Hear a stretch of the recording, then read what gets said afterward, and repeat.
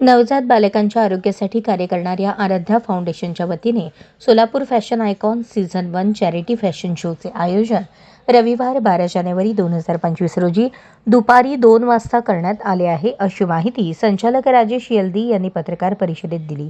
Aaradhya foundation हे राज्य शासनाच्या आरोग्य खात्याच्या समवेत कमी कालावधीत जन्मलेली कमी वजनाची बाळे, जन्मतः कमी वजनाच्या बाळांची योग्य वाढीसाठी उपाय यासाठी कार्यरत असते.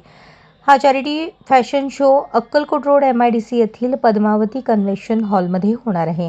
या शोसाठी सुप्रसिद्ध अभिनेता बिग बॉस फेम वैभव चव्हाण आणि अभिनेत्री इरिना रुडाकोवा यांची उपस्थिती असणार आहे. प्रमुख पाहुणे म्हणून पोलीस आयुक्त M राजकुमार, महापालिका आयुक्त शीतल तेलिउगले यांच्यासह विविध विभागाचे अधिकारी उपस्थित राहणार आहेत. शोमध्ये सहप्रायोजक म्हणून पद्मावती कन्व्हेन्शन, चंदूकाका सराफ, GMR किड्स शॉपिंग मॉल, चंद्रोदय विणकाम गिरणी आदी संस्था सहभागी आहेत. यामध्ये प्रथम, द्वितीय, तृतीय क्रमांकाच्या विजेत्यास अनेक बक्षिसे दिली जाणार आहेत. यामध्ये 3 ते 80 वर्षे वयोगटातील सर्व स्पर्धकांना शोमध्ये सहभागी होता येणार आहे. इच्छुक स्पर्धकांनी 9175 75 68 45 आणि 9175 75 0088 या क्रमांकावर संपर्क साधावा. या शोमध्ये अधिकाधिक लहान मुले, तरुण तरुणी, प्रौढ वयोगटातील नागरिक आणि महिलांनी सहभागी व्हावे असे आवाहन आराध्या फाउंडेशनचे संस्थापक राजेश यलदी आणि रामदास यलदी यांनी केले आहे. आपण सध्या हा चॅरिटी शो करतोय कारण माझ्याकडे सध्या एवढे पेशंट्स आहेत. आता मी पण कुठेतरी एम्प्लॉय आहे, मी पण एका घरचं मिडल क्लासच आहे, पण कसं आहे माझ्याकडे मी समाजसेवा करतोय आणि त्याच्यामध्ये एवढे माझ्याकडे सध्या बेनिफिशरी आहेत. त्या लोकांना सपोर्ट करण्याची मला निधीची गरज आहे आणि मी जेवढं होते माझ्या 80% पगार मी ऑलरेडी डोनेशन देतो, पण तरी ते कुठं कुठं कमी बसतंय. त्यामुळे आपण काय केलं यावेळेस की एक सोलापूरसाठी पण एक गर्वाची गोष्ट असायला पाहिजे असं मी म्हणलं. निधी तर लोक घरी घरी जाऊन पण गोळा करतात, पण माझं होतं वेगळं काहीतरी करायला पाहिजे जेणेकरून लोकांनी प्लॅटफॉर्म पण भेटायला पाहिजे स्वतःची कला सादर करण्यासाठी. तर हा एक चॅरिटी फॅशन शो आपण केला आहे, ज्याचा जो एक पेड शो आहे. यामध्ये जो पण निधी येतो तो सीधा डोनेशनला जातो, मग तो पैसा मुलांच्या औषधासाठी खर्च करण्यात येईल. मग तेव्हा आपण सेलिब्रिटी पण इथे येणार. मिस्टर वैभव चव्हाण आहेत जे बिग बॉस फेमचे 5 सीझनला होते, आणि मिस इरिना रुडाकोवा ते या शोमध्ये येत आहेत. आणि त्या दिवशी पूर्ण 2 ते 6 आपला शो असणार आहे पद्मावती कन्व्हेन्शन MIDC अक्कलकोट रोडला. आणि हा संस्था सुरू करायचा मागचा उद्देश आहे, माझी स्वतःची मुलगी जिचं नावच आराध्या आहे, ती जन्माला 1 किलोची आली होती आणि मी जे अनुभवलं, मला जे त्रास झाला, तेव्हा मी विचार केला किंवा हा परिस्थिती आज माझ्याकडे सगळं असून मी कसं बाहेर पडलो मला माहिती आहे, पण ज्यांच्याकडे काहीच नाही आहे त्या परिवाराचं काय होत असेल. कारण 2-2, 3-3 महिने हॉस्पिटल काचेनेच होतात, रोजचं 10,000 रुपये येण्याचं कॉस्ट आहे. आणि लोक कसं मॅनेज करतील, लोकांना खाण्यापिण्याची पण मार्ग असतात, ते लोक कसं मॅनेज करतील. त्या उद्देशाने मी संस्था चालू केली, म्हणजे लोकांच्या आशीर्वाद ब्लेसिंग माझ्या मुलीला भेटण्यासाठी आपण एक समाज कार्य करतोय आणि अशा परिवाराला मदत करतोय जे मी फेस केलं होते फॅमिली फेस करायला नाही पाहिजे. या उद्देशाने आपण हा चालू केला. आसरा चौक हा नेहमी वर्दळीचे ठिकाण म्हणून प्रसिद्ध आहे. या चौकात सिग्नल चालू असताना तेथील ट्रॅफिक पोलीस एका कोपऱ्यात निवांत बसून ड्युटी करत असताना आम्हाला दिसून आले. कोणीही सिग्नल तोडून जात असताना देखील दिसून आले. अशावेळी अपघात झाला तर चूक कोणाची? वास्तविक ट्रॅफिक पोलीस हे नेहमी येणाऱ्या जाणाऱ्या वाहनांकडे लक्ष ठेवण्याचे काम करतात, पण इथे हे महाभाग ट्रॅफिक कोणत्या धुंदीत मस्तवाल बसून असतात तेच कळत नाही. अशा मस्तवाल पोलिसांवर त्यांचे वरिष्ठ काय कारवाई करतात, त्यांना अभय दिले जाईल हेच पाहणे महत्त्वाचे आहे. अशा प्रकारे पुन्हा होऊ नये यासाठी वरिष्ठांनी दखल घ्यावी.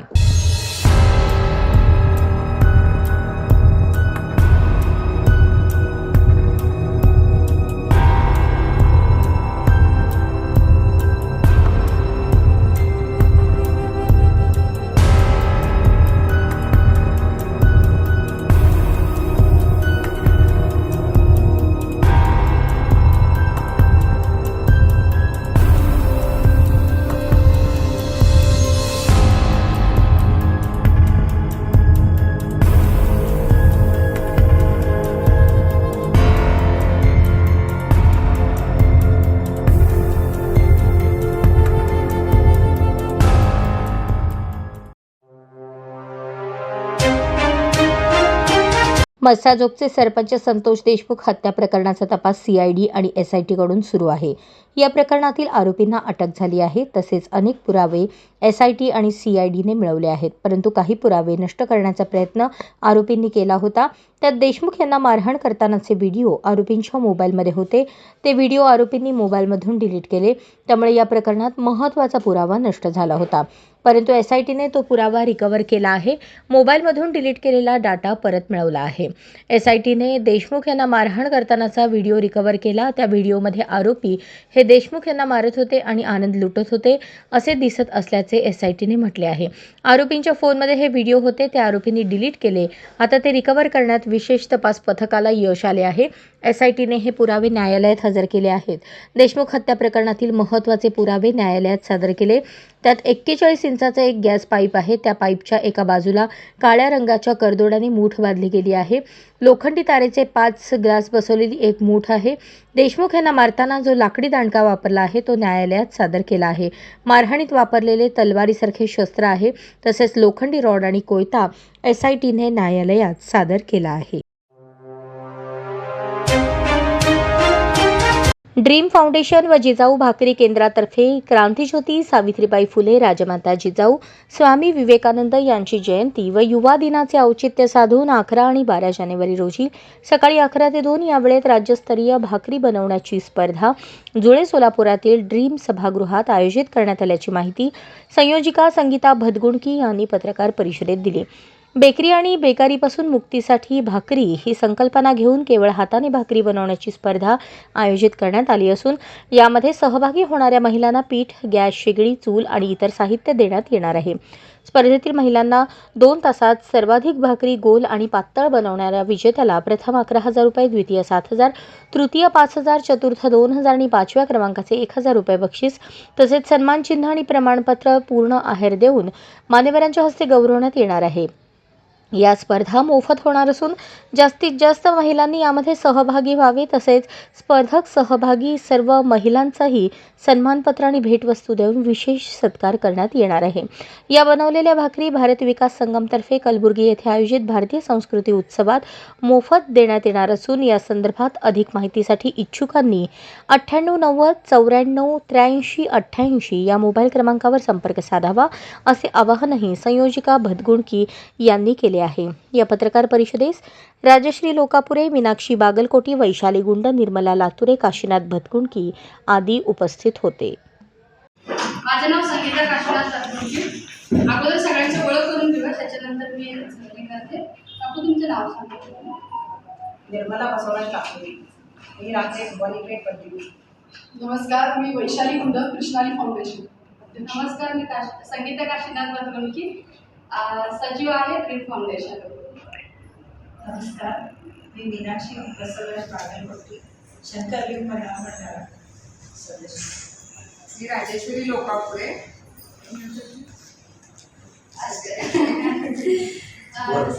सध्या तर एक नवीन विषय घेऊन म्हणजे आम्ही तुमच्या समोर आलोय. तर राजमाता जिजाऊ जयंती पण आहे, त्या औचित्याने आपल्या सध्या जिजाऊ भाकरी केंद्र ओपन झाले ड्रीम फाउंडेशनच्या अंतर्गत. त्यामध्ये एक महिलांना म्हणजे थोडक्यात सांगायचं तर बेकारीपासून ते म्हणजे मुक्ती, म्हणजे बेकरी आणि बेकारी जे आहे ती दोन्हीपासून मुक्ती म्हणून आपण भाकरीकडे वळतोय. त्याचा एक छोटासा प्रयत्न असा आहे की महिलांना म्हणजे ऑलरेडी महिला भाकरी करतातच घरी, तर ते स्पर्धात्मक रूपाने ते समोर आणावं म्हणून एक ड्रीम फाउंडेशनचा एक उद्देश आहे. ड्रीम फाउंडेशन जिजाऊ भाकरी केंद्र या दोघांच्या मार्फत 11 व 12 जानेवारीला आपण एक स्पर्धा ठेवलेली आहे. त्याचा वेळ आहे तो 5 म्हणजे 11 ते 5 या वेळेमध्ये आहे, पण 2 तासाचा स्लॉट असणार आहे. तर त्या ह्याच्यामध्ये सहभागधारक जे महिला येणार आहेत त्यांच्यासाठी एक म्हणजे हे असणार आहे स्फूर्ती, म्हणजे भाकरी करतात घरी, त्याच्यातून काय त्यांना काय म्हणतात त्याला बक्षीस मिळत नाही किंवा वावा मिळत नाही, काहीच नाही. पण एक ड्रीम फाउंडेशनचा एक छोटासा उद्देश असा आहे की भाकरी केल्यानंतर देखील काहीतरी आहे बाबा ते स्पर्धात्मकरित्या उतरवण्यासाठी शनिवार रविवारी 2 दिवस असणार आहे, 11 व 12 तारखेला. 11-12 तारखेला आपण भाकरी स्पर्धा घेतलेली आहे आणि त्याच्यामध्ये 2 तासाचा एक स्लॉट दिलेला आहे. तिथे चूल उपलब्ध करून दिली जाणार आहे, तवा, टोपलं त्यांचं जे काही आहे ते स्वतः आणणार आहे, भाकरी करणार आहे. आणि त्याच्यामध्ये कौतुक म्हणून 26,000ची बक्षीस आपण ठरवलेली आहे. आणखीनही तिथं आपण काही त्यांना उत्तेजन देणार, म्हणजे अगदी त्यांना उत्स्फूर्तपणे काही स्पर्धा आपण तिथं घेणार आहोत, तिथंही आपण बक्षिसं देणार आहोत. आणि या ज्या भाकऱ्या तयार होणार आहेत, आता प्रश्न पडला असेल की या झालेल्या भाकऱ्यांचं करायचं काय, तर गुलबर्ग्याला जो एक कार्यक्रम आहे, मातृभोजनचा जो कार्यक्रम आहे, तिथं 2 लाख महिला आपल्या मुलांना जीव घालणार आहेत. तर त्यासाठी या भाकऱ्या आपण तिकडे पाठवणार आहोत. तर त्या भाकऱ्यांचं करायचं काय, तर हा खूप मोठा प्रश्न. मातृभोजन जे गुलबर्ग्याला होणार आहे त्याच्यासाठी आपण देतोय. आणि वेगवेगळे वर्षभर कार्यक्रम आपण राबवतच असतो आपल्या डीन फाउंडेशनच्या माध्यमातून. समृद्धी फाउंडेशन म्हणून जी संस्था आहे माझी, तीही याच्यामध्ये नियोजन समितीमध्ये कार्यरत आहे. तर मला वाटतं की बेकरी आणि भाकरी, म्हणजे बेकरीपासून आणि बेकारीपासून खरी सुटका, तर भाकरी ही सोलापूरची ओळख आहे. आणि सोलापूरमध्ये मंगळवेढ्याला आपल्याकडे एक स्पेशल ज्वारी तयार होते, मालदंडी ज्वारी, तर त्याचाही कुठेतरी प्रमोट केलं जाईल. आणि भाकरीला खऱ्या अर्थाने शेंगा चटणी आणि भाकरी जे आपण म्हणतो तेही चांगल्या पद्धतीने प्रमोट केलं जाईल. आणि हे व्यवसायामध्ये कसं रूपांतर होतं त्याचंही एक खूप चांगलं एक पूर्ण अख्ख्या महाराष्ट्रातच नव्हे तर भारतभर अशी कधी स्पर्धा झाली नाही की बाई भाकरी करते घरामध्ये, आणि त्याची कॉम्पिटिशन सुद्धा होऊ शकते. म्हणजे सौंदर्य स्पर्धा होतात, बऱ्याच स्पर्धा होतात, पण भाकरी करायची स्पर्धा ही अख्ख्या महाराष्ट्रातील पहिल्यांदी होते. त्यामुळे त्याचं आकर्षण असणार आहे. आणि आता सध्या तर शिवयोगी सिद्धरामेश्वरांची जत्रा आहे, आणि त्या जत्रेसाठी बरेच लोक महाराष्ट्राच्या बाहेर कर्नाटक इकडून सगळे येतात. तर त्यांना सुद्धा एक खूप चांगलं एक आपण कार्यक्रम देत आहोत आणि राबवत आहोत. खऱ्या अर्थाने महिलांचं केलेलं कौतुक आहे. आणि तुम्ही सगळेजण नेहमीप्रमाणे आम्हाला सहकार्य करताच आहात पत्रकार बनून. तर जास्तीत जास्त याला चांगल्या पद्धतीने अजून कसं हायलाईट करता येईल ते तुमच्या चॅनलच्या आणि प्रिंट डिजिटल माध्यमातून पुढे जावं असेल इच्छा. त्यामध्ये आपण महिलांसाठी पीठ जो लागणार आहे तो आपण पुरवलं, म्हणजे संयोजकांकडून पुरवलं जाईल. पीठ आहे, शेगडी आहे बाकी याच्यामध्ये. आणि त्याच्यानंतर जो आहे म्हणजे स्पर्धा जी आहे त्याच्यामध्ये मेन्शन केलेलंच आहे पत्रकांमध्ये, म्हणजे प्रथम क्रमांक, द्वितीय क्रमांक, तृतीय क्रमांक आणि 2 उत्तेजनार्थ आणि तिसरा पण 5वा पण बक्षीस, असं 6 सलग बक्षीस त्यामध्ये दिलं. आणि सहभागी जी महिला असतात त्यांना आपण आहेर देणार आहोत. मग ते असं नाही व्हायला पाहिजे की जे स्पर्धक आहेत तेवढं त्यांनाच मिळालं, म्हणजे ज्यांचं नंबर आले त्यांनाच मिळालं नाही नंतर कोणाला मिळाले असं नाही व्हायला पाहिजे. म्हणून सगळ्यांसाठी ती आहेर असं ठेवलेलं आहे. अजून काही ह्याच्यामध्ये शंका असेल तर विचारू शकता. माझ्या पद्धतीने मला जेवढं शक्य आहे मी तुमच्यापर्यंत पोहोचवण्याचा प्रयत्न केले. याच्यामध्ये सहभागी असलेल्या संस्थेमध्ये गेल्या आठवड्यात सोन्याने ग्राहकांचा खिसा चांगलाच खाली केला होता. सोन्याने 1600 रुपयांची रॉकेट भरारी घेतली, तर काल किमतीमध्ये कोणताच बदल दिसला नाही. आज सकाळच्या सत्रात सोन्यात घसरणीचे संकेत मिळत आहेत. गुड रिटर्न्सनुसार आता 22 कॅरेट सोने 72,300 रुपये प्रति 10 ग्रॅम, तर 24 कॅरेट सोन्याचा भाव 78,860 रुपये प्रति 10 ग्रॅम आहे. चांदीने देखील या आठवड्यात आनंद वार्ता दिली. 3 जानेवारी रोजी चांदीने 2,000 उसळी घेतली, तर 4 जानेवारीला 1,000 किंमत उतरली. गुड रिटर्न्सनुसार 1 किलो चांदीचा भाव सध्या 91,500 रुपये इतका आहे. इंडियन बुलियन्स अँड ज्वेलर्स असोसिएशननुसार 24 कॅरेट सोने 77,161, 23 कॅरेट 76,852, 22 कॅरेट सोने 70,680 रुपयांवर आहे, तर 18 कॅरेट सोने 57,871 रुपये, 14 कॅरेट सोने 45,139 रुपये प्रति 10 ग्रॅमवर आहे. सोलापूर येथील डॉक्टर शैलेश पाटील हे 4ही ऋणातून मुक्त होण्याचा मनोभावे प्रयत्न करतात. ही समाधानाची बाब आहे. विनय आणि विद्या जवळ असते तो पात्र ठरतो. तोच मनुष्य जीवनात सुखी समाधानी राहू शकतो. पाटील यांच्याकडे सर्व गुण आहेत असे प्रतिपादन श्रीशैल जगद्गुरू डॉक्टर पंडिताराध्य शिवाचार्य महास्वामी यांनी केले. ग्रामदैवत श्री मल्लिकार्जुन देवस्थान ट्रस्ट शेळगी यांच्या वतीने उज्जैन, श्रीशैलम आणि काशीपीठ समितीवर ट्रस्टी म्हणून निवड झाल्याबद्दल तसेच त्यांच्या वाढदिवसाचे औचित्य साधून हृदयम हॉस्पिटलचे प्रमुख डॉक्टर शैलेश पाटील यांचा गौरव समारंभ भवानीपेठ येथील पाटील इस्टेट येथे उज्जैन जगद्गुरू सिद्धलिंग राजदेशी केंद्र शिवाचार्य महास्वामी, श्रीशैल जगद्गुरू डॉक्टर पंडिताराध्य शिवाचार्य महास्वामी, काशी जगद्गुरू डॉक्टर मल्लिकार्जुन विश्वाराध्य महास्वामी यांच्या दिव्य सानिध्यात शुक्रवारी सायंकाळी थाटात पार पडला. त्याचबरोबर नवनिर्वाचित आमदार आणि विविध क्षेत्रातील पदाधिकाऱ्यांचाही सत्कार करण्यात आला. त्याप्रसंगी ते बोलत होते. यावेळी आमदार देवेंद्र कोठे, उमाकांत लाचवले, आदिनाथ सांगवे, माधवराव पाटील लातूर, प्रदीपराव दिंडेगावे आदी मान्यवरांचा सन्मान करण्यात आला. याप्रसंगी होडगी संस्थेचे सचिव शांतय्या स्वामी, शरणप्पा स्वामी हिरेमठ, बसवराज शास्त्री हिरेमठ, विश्वजित नंदीमठ शेळगी, अन्नछत्र मंडळाचे अध्यक्ष जन्मेजय राजे भोसले, डॉक्टर राजेंद्र गुली, ॲडव्होकेट नितीन हबीब, स्वामी समर्थ सूतगिरणीचे अध्यक्ष राजशेखर शिवदारे, उद्योजक शिरीष उडगे, निराणी शुगरचे रविकांत पाटील, मनोरमा परिवाराचे श्रीकांत मोरे, बाजार समितीचे संचालक केदार उंबरजे, बसवराज चिटकळे, रंजिता चाकोते, सोलापूरचे सिद्धाराम चाकोते, सुदीप चाकोते, नरेंद्र काळे, आनंद तानवडे यांच्यासह विविध संस्थांचे पदाधिकारी उपस्थित होते.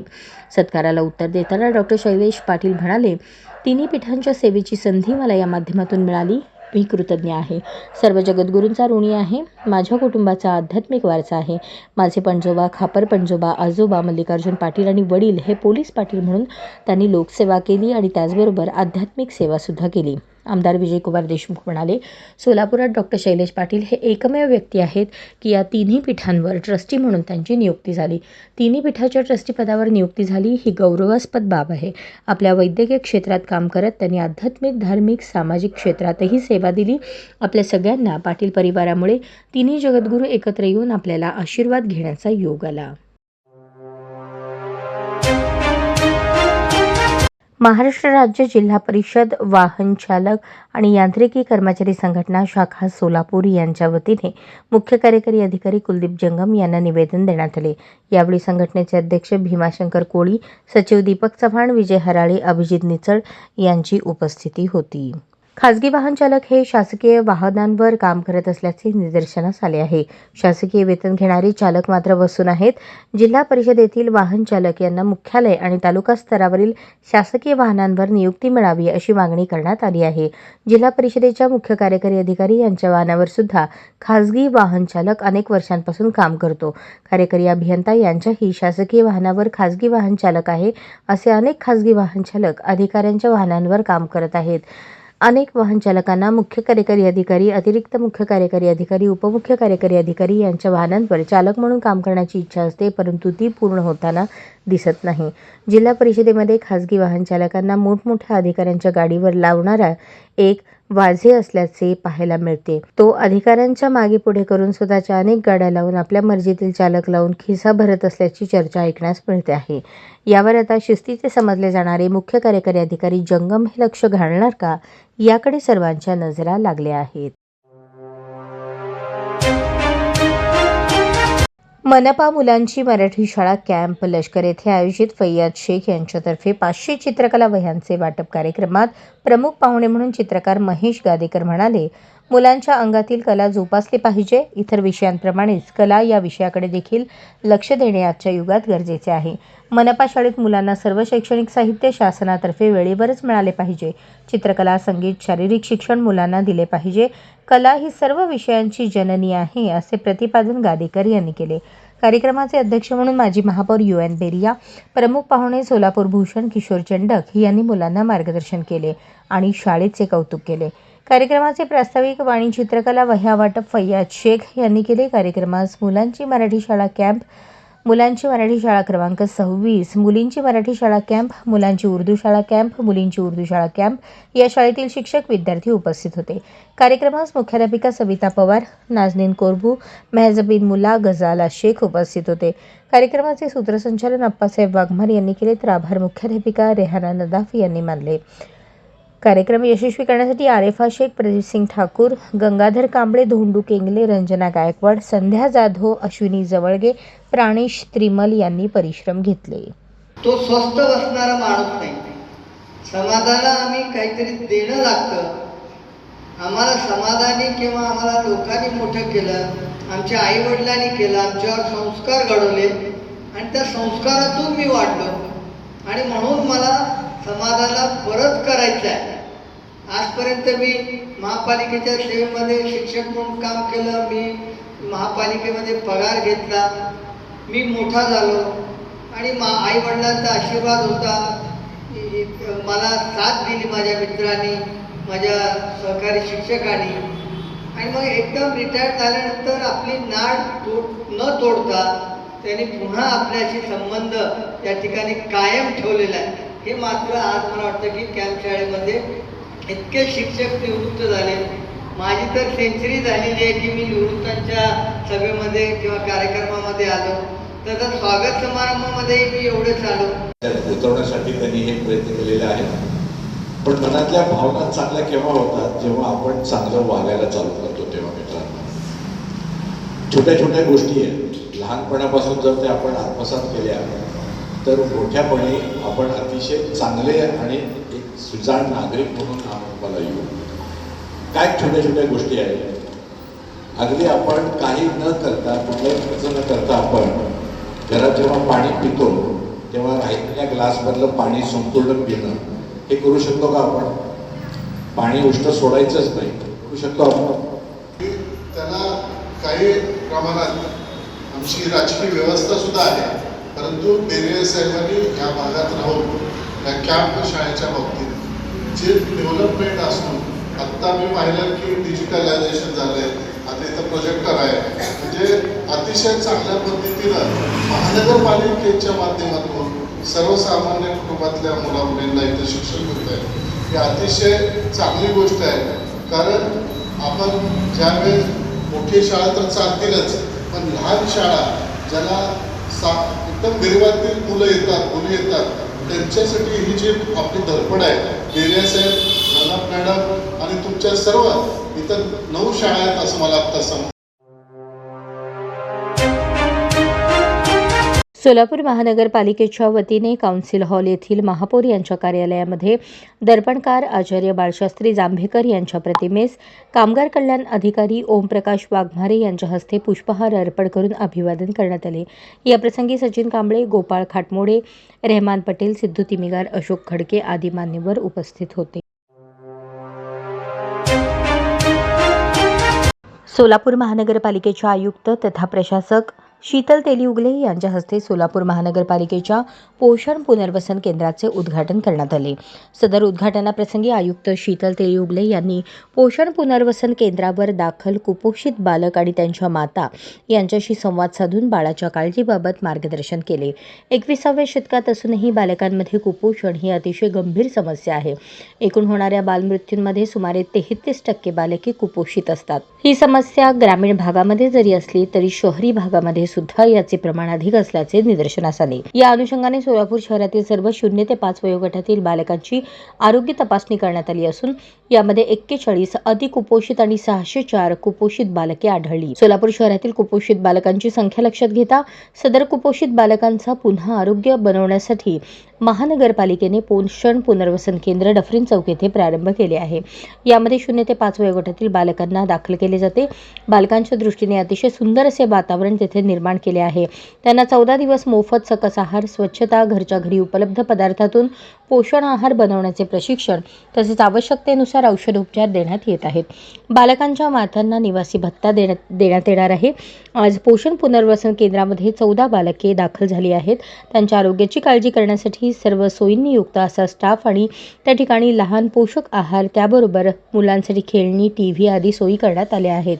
महानगरपालिकेचे उपायुक्त आशिष लोकरे यांच्या मार्गदर्शनाखाली आरोग्य अधिकारी डॉक्टर राखी माने, प्रजनन व बाल आरोग्य अधिकारी डॉक्टर शिरशेट्टी, त्यांचे सहकारी यांनी यासाठी विशेष परिश्रम घेतले.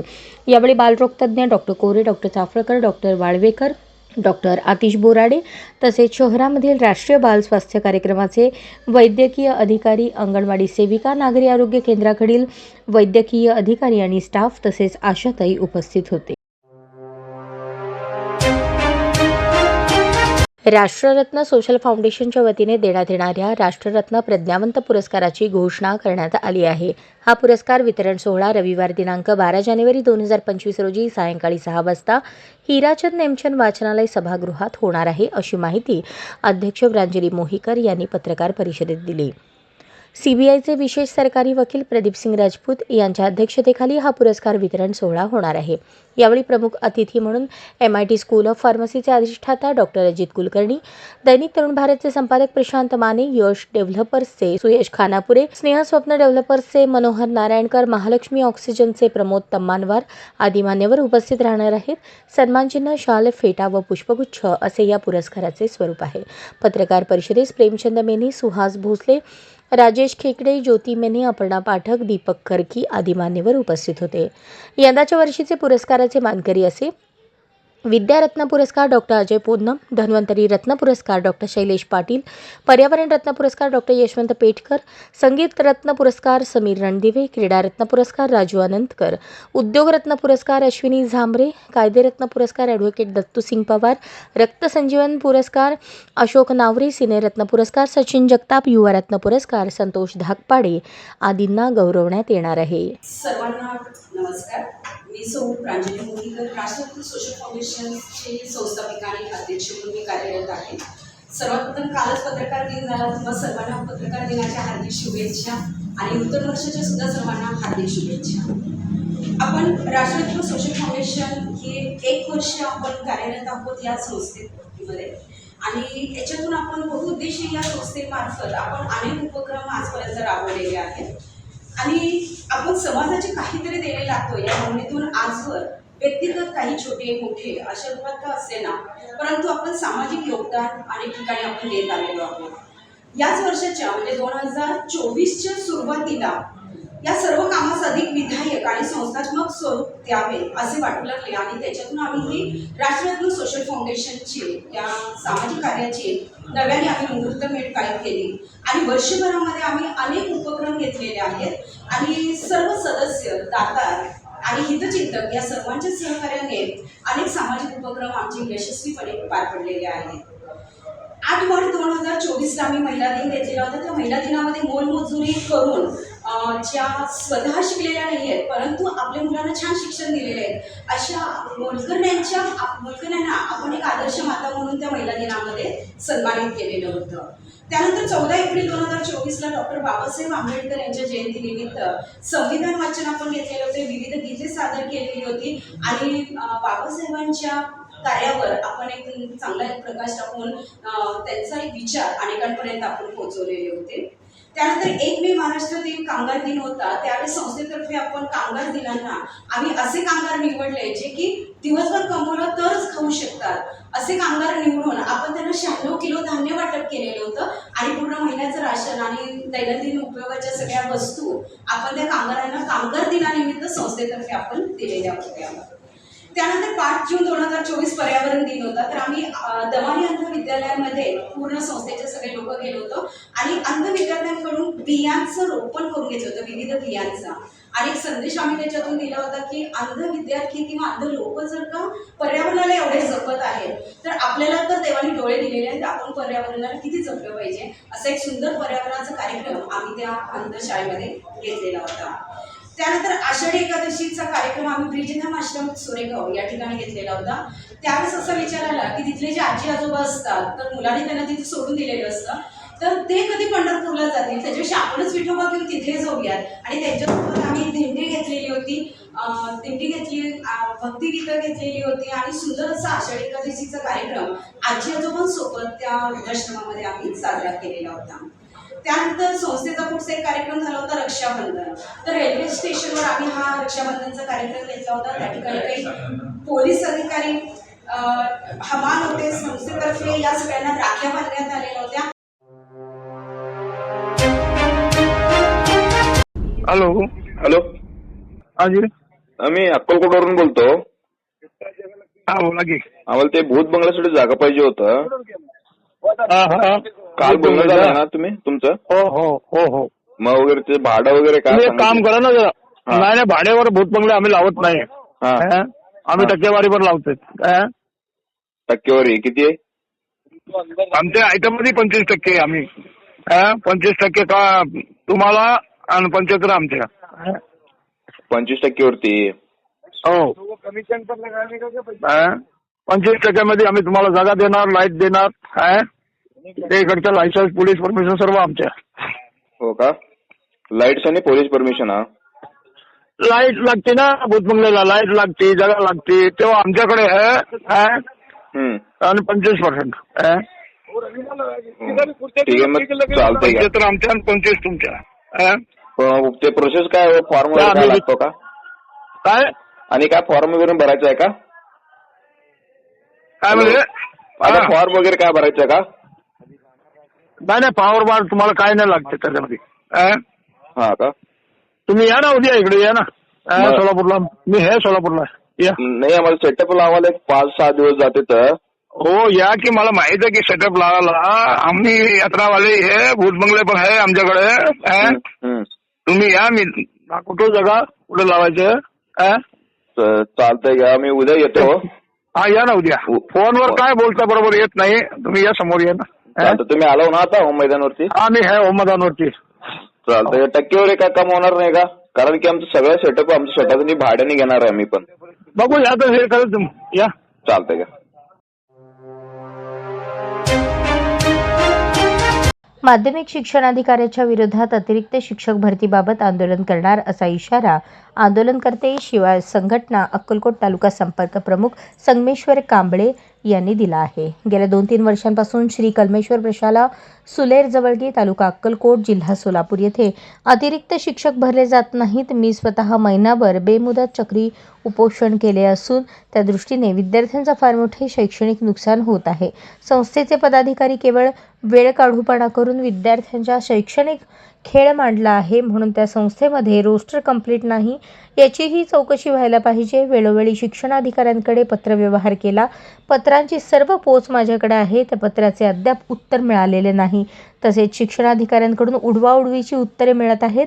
त्या शाळेवर कोणतीही प्रकारची कारवाई करण्यात आलेली नाही. म्हणून येत्या 15 जानेवारी रोजी आझाद मैदान येथे शिक्षणाधिकारी जगताप यांच्या विरोधात आमरण उपोषण करण्यात येणार आहे. उपोषणकर्ते संगमेश्वर कांबळे यांनी याबद्दल माहिती दिली. जर माझ्या जीवाची काही हानी झाली तर यासाठी संपूर्णपणे प्रशासन जबाबदार राहील असा इशाराही त्यांनी दिला. दिनांक 7 जानेवारी 2025 मंगळवार रोजी पहाटे 3 वाजता कुलस्वामिनी श्री तुळजाभवानी देवीची निद्रा संपून सिंहासनावर चल प्रतिष्ठापना झालेली आहे. त्यापूर्वी देवीचे सिंहासन आणि संपूर्ण मुख्य गाभारा गोमुख तीर्थाने धुवून घेण्यात आला. शाकंभरी नवरात्र महोत्सव 2025 या महोत्सवास आरंभ झाला आहे.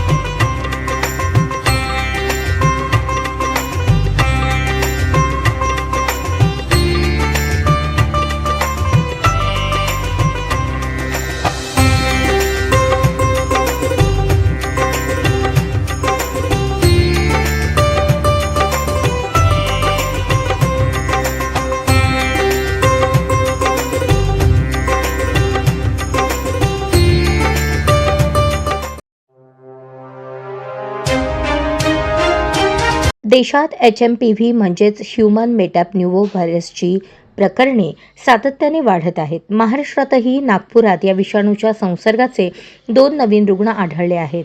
देशात आतापर्यंत 7 जणांना या विषाणूचा संसर्ग झाला आहे. केंद्र सरकारचे म्हणणे आहे की प्रकरणांमध्ये वाढ झाल्याने कोविडसारखी परिस्थिती निर्माण होणार नाही.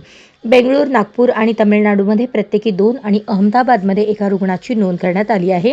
विशेष म्हणजे नागपूर महापालिकेने एम्समध्ये या रुग्णांचे नमुने पुन्हा तपासण्याचा निर्णय घेतला होता. दोन्ही मुले बरी झाली आहेत. केंद्रीय आरोग्य मंत्री JP नड्डा यांनी सांगितले की सरकार परिस्थितीवर बारकाईने लक्ष ठेवून आहे. तसेच चिंता करण्याची गरज नाही. देशातील आरोग्य यंत्रणा सतर्क असून काळजी करण्याचे कारण नाही. आम्ही परिस्थितीवर बारकाईने लक्ष ठेवून आहोत, असे नड्डा म्हणाले.